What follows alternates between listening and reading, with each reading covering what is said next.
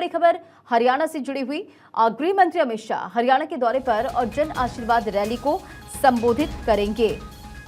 तो ये बड़ी खबर आपको बता रहे, कुरुक्षेत्र में रैली को संबोधित करेंगे। लाडवा में नायब सैनिक के लिए वोट मांगेंगे। तो देखिए, लगातार बीजेपी के तमाम दिग्गजों के पहुंचने का सिलसिला जारी है और आज गृह मंत्री अमित शाह चुनावी हुंकार भरते नजर आने वाले हैं।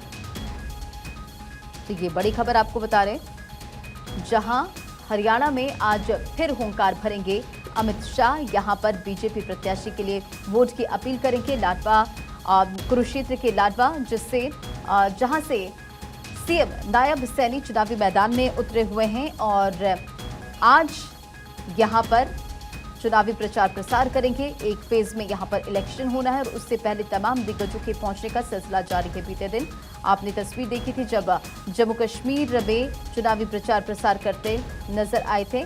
और इसी खबर पर अधिक अपडेट के साथ डॉक्टर थानेश्वर हमारे साथ जुड़ गए। थानेश्वर, आज गृह मंत्री अमित शाह चुनावी हुंकार भरते नजर आएंगे। कितने बजे का वक्त दिया गया जब रैली होगी और किस तरह की तैयारियां वहां पर की गई है? देखिए, रैली को लेकर इस समय पूर्णतः तैयारियां की गई हैं। आज अमित शाह हरियाणा के अंदर 3 रैलियों को संबोधित करेंगे, रेवाड़ी, अंबाला और कुरुक्षेत्र में।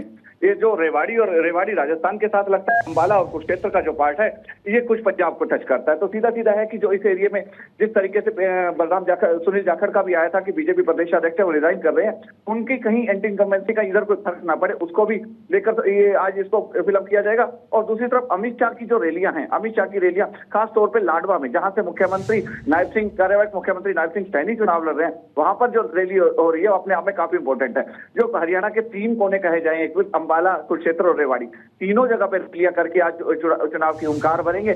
और अंबाला क्षेत्र चूंकि चंडीगढ़ के साथ लगता है और इधर से पंजाब टच करता है और शंभू बॉर्डर पंजाब पे ही है, जहां पे किसान बैठे हुए हैं, कहीं वहां का इंपैक्ट ना पड़े, किसानों का इंपैक्ट शंभू बॉर्डर पे जो चल रहा है वो ना पड़े, उसको लेकर आज ये अमित शाह रैली करेंगे और संबोधित करेंगे। और किसानों के लिए जो अब तक योजनाएं चलाई गई हैं, जिस तरीके डबल इंजन की सरकार ने किसानों के लिए जो कार्य किए, उनका गुणगान वहां करेंगे। और कुछ लाडवा से मुख्यमंत्री स्वयं चुनाव लड़ रहे हैं और वहां पे जो लाडवा यमुनानगर में चूंकि आम आदमी पार्टी का कैंडिडेट काफी मजबूत है और वहां से काफी कई बार पहले बीएसपी का कैंडिडेट भी वहां से विजयी हुए हैं। उस यमुनानगर के साथ यमुनानगर, कुरुक्षेत्र और कहता है इस एरिया को यहां से कवर किया जाएगा। और रेवाड़ी एरिया जो है, रेवाड़ी का पूरा राजस्थान लगता है और साउथ दक्षिण हरियाणा में आता है, तो वहां राव इंद्रजीत का पूरा प्रभाव है। राव इंद्रजीत के प्रभाव की वजह से उन्हें पूरी उम्मीद है कि दक्षिण हरियाणा हमें अच्छी विजय मिलेगी। और उसके साथ साथ राजस्थान का कुछ सीटें रेवाड़ी की जो टच करती हैं, वहां का कोई एंटी इनकम्बेंसी का या कुछ और इंपैक्ट ना पड़े, इसलिए रेवाड़ी में रैली की जा रही है। जो आज अमित शाह की 3 रैलियां हैं, कहा जाए तो हरियाणा के विधानसभा चुनाव के अंदर बीजेपी के लिए एक मील का पत्थर साबित होगी। और जिस तरीके से अलग अलग क्षेत्र में अलग अलग लोगों के लिए की गई जो योजनाएं हैं, डबल इंजन की सरकार ने जो योजनाएं चलाई हैं अलग अलग के लिए, उनका अमित शाह गुणगान करेंगे। और आगे की रणनीति, जैसा कि इन्होंने अपना मैनिफेस्टो जारी किया हुआ है, उसमें किस तरीके से क्या करेंगे, इन सबका वहां पे जनता को संबोधित करेंगे। जी बिल्कुल थानेश्वर, देखिए अमित शाह रेवाड़ी में भी चुनावी जनसभा को संबोधित करेंगे। आप भी इसका जिक्र कर रहे थे और 7 सीटों पर कांग्रेस और बीजेपी के बीच यहां पर कांटे की टक्कर है और यहां पर बीजेपी के पक्ष में लहर नहीं थी। पिछले चुनाव का हम यहां पर जिक्र करें तो इस बार बीजेपी के लिए क्या चुनौती हो जाती है और कितना महत्वपूर्ण हो जाता है? देखिए, बीजेपी के लिए पहले कुछ चुनौती यहाँ पर पूरे हरियाणा में विधानसभा चुनाव को लेकर चुनौती थी, ये क्योंकि एंटी इनकम्बेंसी 10 साल की सरकार के साथ थी।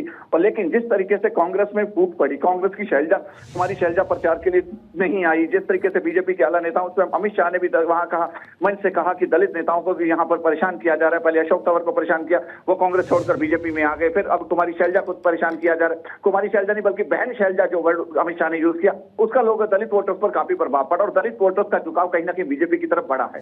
तो इससे बीजेपी को काफी ज्यादा फायदा हुआ है। और सबसे बड़ी बात है कि पहले जो हम कह रहे थे कि एंटी इनकम्बेंसी बीजेपी को काफी नुकसान हो सकता है, लेकिन धीरे धीरे बीजेपी का इलेक्शन जिस तेजी से उठा है, एक के बाद एक जो रैलियां हो रही हैं, एक के बाद एक जो रैलियां हो रही हैं, उससे काफी ज्यादा बीजेपी को बेनिफिट होने की संभावना है। अब अमित शाह पीछे प्रधानमंत्री की रैली हुई है, अब टोहाना के अंदर, अब अमित शाह की पहले टोहाना में रैली हुई है। टोहाना क्योंकि पंजाब के साथ टच करता है, टोहाना फतेहाबाद की जो सीटें पंजाब को टच करती हैं, पंजाब की जो आम आदमी पार्टी की सरकार है उसका इंपैक्ट ना पड़े, उसको टोहाना में उन्होंने कवर किया। अब रेवाड़ी में ये राजस्थान का कवर करेंगे। अभी इलेक्शन हरियाणा का उठना शुरू हुआ है बीजेपी का, अब बीजेपी को थोड़ा थोड़ा फायदा होना शुरू। अब देखना है कि बीजेपी कितना एंटी इनकम्बेंसी को कवर कर पाती है और आगे क्या रणनीति बनाती है। जी बिल्कुल, हरियाणा चुनाव की पिच पर उतरेंगे अमित शाह, देखना होगा किन मुद्दों का जिक्र करते। चलिए, तमाम जानकारियों के लिए बहुत बहुत शुक्रिया।